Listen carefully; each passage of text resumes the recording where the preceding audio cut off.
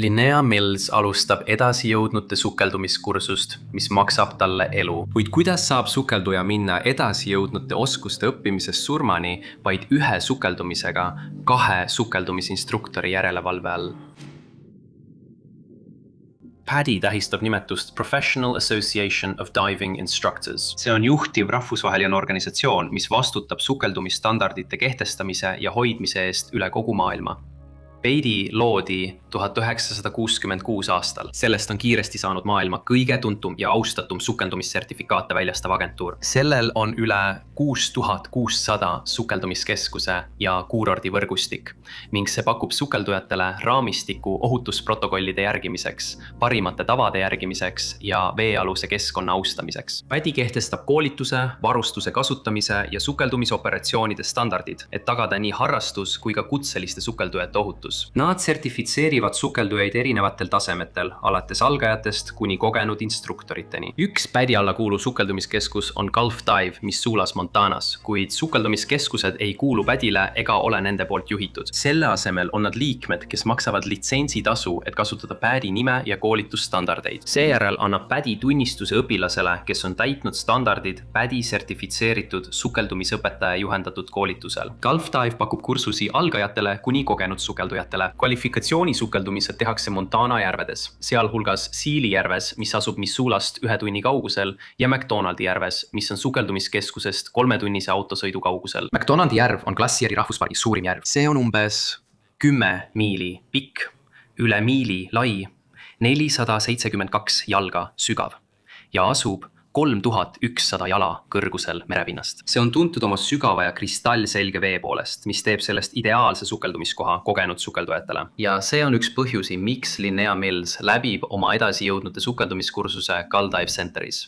Linnea teab juba, et tahab saada merebioloogiks. Sukeldumine erinevates keskkondades saab olema suur osa tema karjäärist. Perepuhkusel Austraalias 2018. aastal sukeldub Linnea Suure Vallrahu soojades ja selgetes vetes. Talle meeldib veealune maailm ja ta osaleb isegi vabatahtlikuna merebioloogia projektides Põhja-Carolina ülikoolis. Üks suurimaid erinevusi Suure Vallrahu ja Glacieri rahvuspargi vahel on veetemperatuur. Kui Suure Vallrahu veetemperatuur on sageli üle 80 kraadi Fahrenheiti järgi, siis McDonaldi järv on tekkinud liustiku sulaveest ja selle temperatuur on alla 40-50 kraadi Fahrenheiti järgi. Just seal on oluline kanda kuivülikonda. Kuivülikonnad on spetsiaalsed sukeldumisvarustuse esemed, mis on mõeldud hoidma sind külmas vees, soojas ja kuivas. Kuivülikond erineb märgülikonnast. Märgülikond püüab sinu keha ja ülikonna vahele väikese veekihi. Sinu keha temperatuur soojendab seda veekihti, aga see veekiht liigub koos sinu keha liikumisega. Osa sellest veest võib välja pääseda ja asenduda külma veega, mis tähendab, et sinu keha peab soojendama kogu uut vett, mis ülikonda satub. Ja vesi viib soojus sinu kehast palju kiiremini eemale kui õhk. Kuivülikond seevastu hoiab sinu keha ja ülikonna vahel õhukihi. Õhk ei vii soojus sinu kehast kaugeltki nii kiiresti ära kui vesi, seega püsid kauem soojana. Sa saad ka kuivülikonna alla soojemaid riideid panna, sest need jäävad kuivaks. See annab lisaisolatsioonikihi, mis hoiab su keha veelgi soojemana. Kuid hoolimata nende eelistest kaasnevad kuivülikondadega ka riskid, milles sukeldujad peavad teadlikud olema ja milleks nad peavad olema välja õpetatud. Õhk surutakse rõhu all kokku. See tähendab, et laskudes surutakse sind soojas hoidev õhk kokku. Mida sügavamale lähed, seda rohkem see õhuvahe surutakse kokku. Selleks, et kompenseerida kokku surutavat õhku, pead ülikonda rohkem õhku lisama. Kuivülikondadel on täiteklapp, mis on ühendatud sinu õhuvarustusega. Lihtsalt vajuta nuppu ja õhk pumbatakse sinu baluunist kuivülikonda. See tasakaalustab ülikonnas oleva õhu hulga, kuid see toob kaasa ka teise riski. Kui sa tõused ülespoole, hakkab ülikonda pandud õhk rõhu vähenedes paisuma. Seega pead üles tõustes osa õhku välja laskma. Kui sa seda ei tee, hakkab kuivülikond käituma nagu õhupall ja tõmbab sind kiiresti pinnale. Seetõttu on kuivülikonnal väljalaskeklapp, mis laseb paisuva õhu välja. Kuivülikonnaga sukeldudes pead sa aru saama, kuidas see töötab ja harjutama õhu tasakaalustamist ülikonnas. PADI pakub kuivülikonna erikursust, et aidata sul kuivülikonnaga alustada. Linnea esimene sukeldumine oma edasijõudnute avaveekursusel toimub Sealy järves. Ta rendib märgülikonna ja varustuse Gull Dive'ist. jäine järvevesi on nii külm, et teine õpilane otsustab mitte sukelduda ja annab Linneale oma märgülikonna, et ta saaks 2 ülikonda selga panna ja natuke soojem olla. Pärast sukeldumist soovitavad Guldive'i omanikud David ja Janine Olson Linneal osta kuiv ülikond. Ja nii, mõned päevad hiljem, 1. novembril 2020 saabub Linnea Guldive keskusesse valmis oma teiseks edasijõudnute treeningssukeldumiseks, kandes kasutatud kuivülikonda, mille ta on ostnud. Ta kohtub teiste õppursukeldujatega. Bob Gentry, Bobi naine Shannon, kes lihtsalt tuleb kaasa, kuid ei sukeldu, ning teise tüdrukuga, keda kohtudokumentides nimetatakse EG-ks, ja Joel Wilsoniga. Nende instruktorid Deborah Snow ja Seth Liston annavad neile lühikese ülevaate ning seejärel asub grupp 3-tunnisele sõidule McDonaldi järve äärde. Sõidu ajal arutavad Bob ja Linnea oma varasemaid sukeldumisi ning Linnea kirge merebioloogia vastu.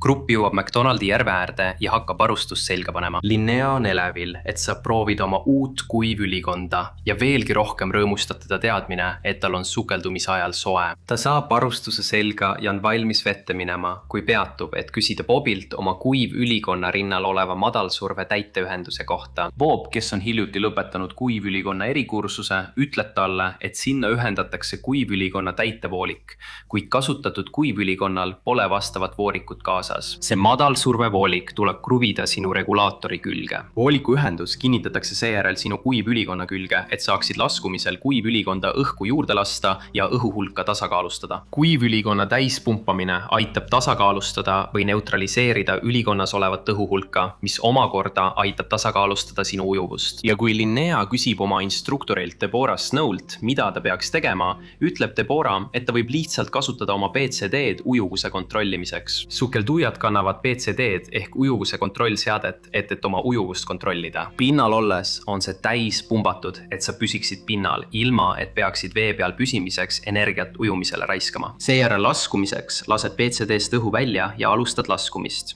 Laskudes lisad väikestes kogustes õhku PCD-sse, et ujuvust tasakaalustada. Kui jõuad sukeldumissügavusele, seadistad oma ujuvuse täpselt paika.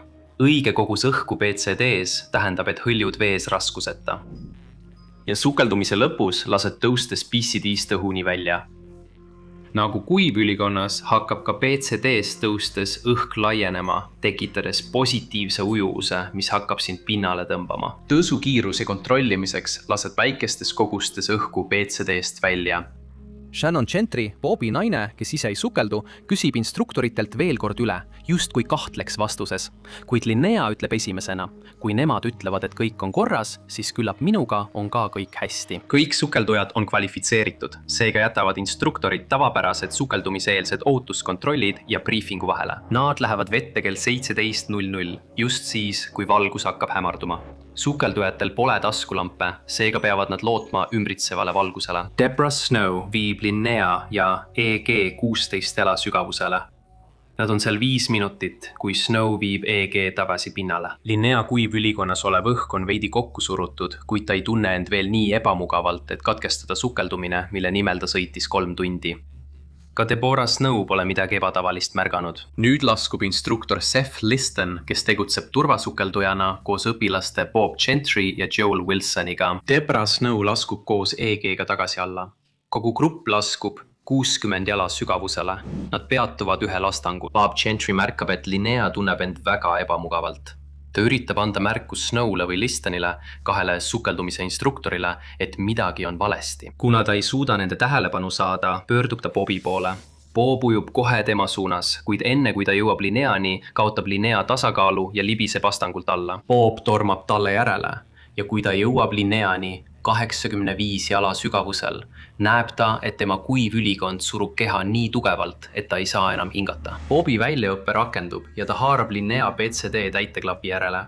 Ta tahab tema PCD täis pumbata, et muuta Linnea positiivselt ujuvaks ja aidata tal pinnale tõusta. Aga tema PCD on juba täielikult täis pumbatud ja ta vajub ikka veel edasi. Tema järgmine samm on tema raskusvöö lahti lasta. Kui ta suudab raskusvöö eemaldada, muutub Linnea kergemaks ja siis saab ta teda oma PCD õhu abil pinnale ujutada. Ta sirutab käe tema kõhu poole, et leida raskusvöö kiirkinnitust, kuid kiirkinnitust pole. Raskusvööd pole. Linnea ja Bob laskuvad endiselt. Bob teab, et mõnel PCD-l on kiirkinnitusega raskustaskud, mis on PCD sisse integreeritud, nii et ta otsib kiirkinnitust. Ta tunneb PCD sees mõningaid raskusi, kuid kiirkinnitust pole. Bobil pole enam valikuid. Nad on 104 jala sügavusel, kui regulaator kukub Linnea suust välja. Bob on hinganud tugevalt ja nüüd hakkab tal õhk otsa saama. Enne kui teda veelgi sügavamale tõmmatakse, laseb ta Linneast lahti, et teha oma hädatõus. Ta on üle oma võimete ja vajab abi.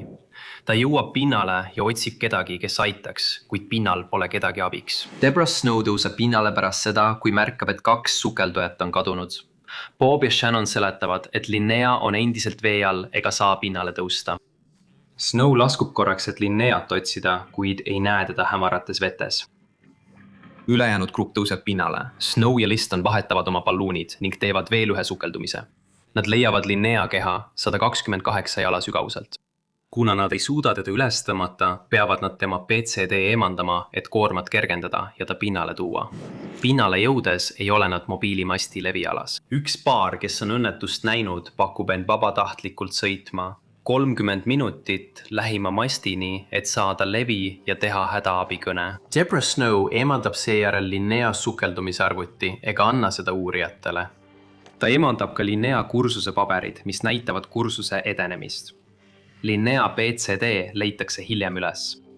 Linnea kuivülikonna ja PCD taskutes olnud pliiraskused kaalusid kokku 44 naela. Kui mina teeksin sama sukeldumise, oleks mul umbes 22 naela pliid ja ma olen Linneast märkimisväärselt suurem. Sündmuse järgsel arutelul räägib Janine Olson, üks Skydive'i omanikest Bob Gentryga ja juhib tähelepanu, et tema oli see, kes sukeldus koos Linneaga ning seetõttu peaks ta võtma vastutuse selle eest, et ta ei päästnud Linnea elu. Kui temalt küsiti, ütles Janine Olson kohtumeditsiinieksperdile, et Linnea sukeldumiskaaslane nägi, kuidas Linnea sattus paanikasse ja seejärel vajus passiivselt järve põhja pärast seda, kui ta ujus umbes 40 jala sügavusel ilma raskusteta. Õnneks suutis Bob Gentry GoPro anda sündmusest erapooletu ülevaate.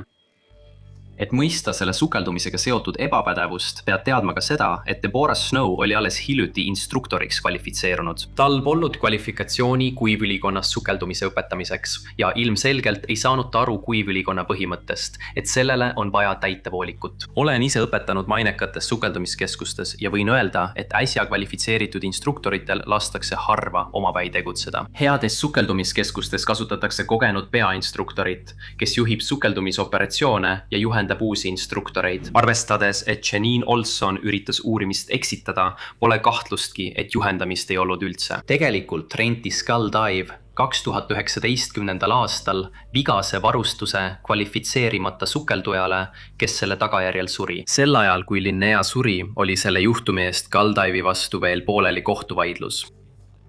Millsi perekond esitas kohtuhagi Skydive'i, Deborah Snow ja Paddy vastu, mis lahendati kohtuväliselt. Paddy on sellest ajast alates muutnud koolitusstandardeid, kuid professionaalne sukeldumiskogukond kahtleb tõsiselt, kuidas Paddy end kaitseb. Ilma, et nad tunneksid aktiivset huvi selle vastu, kuidas neid standardeid nende liikmes sukeldumiskeskustes üle maailma jõustatakse.